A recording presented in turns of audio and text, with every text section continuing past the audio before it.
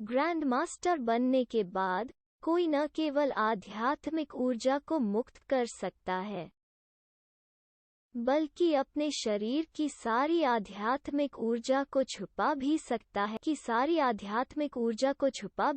है और अपनी स्वयं की आभा का थोड़ा सा भी प्रकट नहीं कर सकता है। नतीजतन एक को दूसरों द्वारा खोजा नहीं जाएगा। जैसे ही ये जियो आगे बढ़ी, अलग अलग दिशाओं से कुछ आकृतियां चमक उठीं।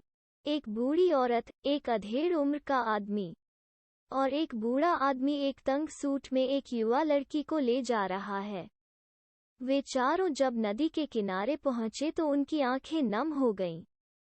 क्या एक शक्तिशाली कृपाण तकनीक है। भले ही नदी का पानी फिर से बहने लगा था, फिर भी हर कोई देख सकता था कि कृपाण तकनीक कितनी भयानक थी।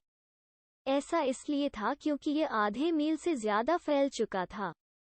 नदी के पानी से ढके 600 फीट के अलावा नदी के किनारे जमीन पर सैकड़ों फीट से अधिक कृपाण के निशान थे। अभी कुछ क्षण पहले पूर्वी क्षितिज से प्रकाश की एक सफेद किरण उठी थी। वो नाला नदी के पानी से नष्ट हो गया था और जमीन काली हो गई थी। ओल्डकिन, यह किसने किया? सबसे पहले पूछने वाली बुढ़िया थी। लड़की को ले जा रहे बूढ़े ने सिर हिलाया और फूट फूट कर मुस्कुराया। मैं भी नहीं जानता। मैं युयान को सुबह के प्रशिक्षण के लिए अकादमी के मार्शल आर्ट क्षेत्र में ले आया। जब मैंने कुछ हरकत देखी तो मैं तुरंत दौड़ पड़ा, जिसके बारे में बोलते हुए तुम दोनों मुझसे भी तेज थे। बुढ़िया ने अधेड़ उम्र के आदमी की ओर देखा, जिसने भी अपना सिर थोड़ा हिलाया। मैं भी नहीं जानता। हालांकि मैं इस बात पर यकीन कर सकता हूँ कि जो कोई भी था वो बहुत मजबूत था। वो हम तीनों से भी ज्यादा ताकतवर है। मैं उसकी खेती के स्तर को नहीं जानता, लेकिन मैं हवा में सुस्त कृपाण इरादे और जमीन पर कृपाण के निशान से बता सकता हूँ। मैं समझ सकता हूँ कि एक जियांटियन द्वितीय श्रेणी के मार्शल कलाकार के रूप में अपनी ताकत के साथ मैं उसे हरा नहीं सकता। हालांकि मैं तीसरी कक्षा में आगे बढ़ने वाला हूँ। मुझे आश्चर्य है कि क्या वो समय आने पर मैं उससे लड़ पाऊंगा। बूढ़ी औरत मदद नहीं कर सकती थी, लेकिन आहें भर सकती थी। मुझे विश्वास नहीं हो रहा है कि हमारे जियांगघई शहर में ऐसी शक्तिशाली कृपाण तकनीकों वाला कोई है। ये अफसोस की बात है कि मुझे नहीं पता कि वे कौन हैं। कोई फर्क नहीं पड़ता कि वे कौन हैं। आपको और मुझे सतर्क रहना होगा। अगर इतना शक्तिशाली ग्रैंड मास्टर जियांगघई शहर को नुकसान पहुंचाना चाहता है, तो इसके परिणाम अकल्पनीय होंगे। यह सुनकर बुढ़िया और बुढ़िया के हाव भाव गंभीर हो गए।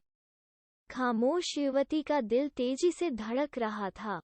वो जानती थी कि उस स्लैश का मालिक कितना भयानक था। उससे डरने वाले 3 लोग जियांगघई शहर के सबसे मजबूत ग्रैंड मास्टर थे। नानगोंग लिंग, 100 साल के लिए जियांगघई शहर की निर्विवाद प्रतिभा। जियांगघई लाइब्रेरी की निदेशक ओयंग झोंग्युन को शहर की नंबर 1 महिला मार्शल आर्टिस्ट के रूप में जाना जाता था। अंत में जियांगघई शहर में नंबर 1 मार्शल कलाकार, जियांगघई मार्शल आर्ट्स अकादमी के निदेशक और उनके दादा किन शेंगलोंग, उनमें से 3 जियांगघई शहर की मार्शल आर्ट के शिखर का प्रतिनिधित्व करने के लिए पर्याप्त थे। हालांकि वो रहस्यमयी व्यक्ति ही इन उल्लेखनीय लोगों को उससे डराने के लिए पर्याप्त था। वो कौन था? उस समय ये जियो पहले ही पुस्तकालय में लौट आया था। रास्ते में उन्होंने संक्षेप में बताया था कि क्या हुआ था। उसके लगभग पकड़े जाने का मुख्य कारण वो स्लैश पहले था। पहला कारण यह था कि वो बहुत उतावला था। उसने अपनी कृपाण तकनीक की शक्ति को जाने बिना लापरवाही से हमला किया था और दूसरों का ध्यान आकर्षित किया था। सौभाग्य से वो समय पर पीछे हटने में कामयाब रहा। इस प्रकार दूसरों द्वारा खोजे जाने के खतरे से बचा। पहले वे चंद प्रभामंडल कमजोर नहीं लगते थे। इसके अलावा वो सिर्फ जियांगघई शहर के मार्शल कलाकारों की ताकत थी। पूरे झोंग प्रांत में कितने मार्शल कलाकार थे? 9 प्रांतों में कितने मार्शल कलाकार थे?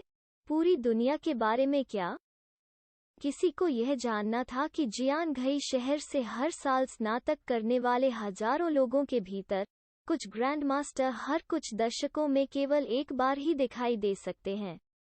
इसलिए उन्हें भविष्य में लो प्रोफाइल रखना पड़ा। यह निर्णय लिया गया कि वो पुस्तकालय में सुरक्षित रूप से विकसित होगा और अपनी साधना को कभी प्रकट नहीं करेगा। दूसरी कृपाण तकनीक की शक्ति थी। वास्तव में यह उनकी अपनी साधना का स्तर नहीं था, बल्कि स्वयं संश्लेषित तकनीक का स्तर बहुत अधिक था।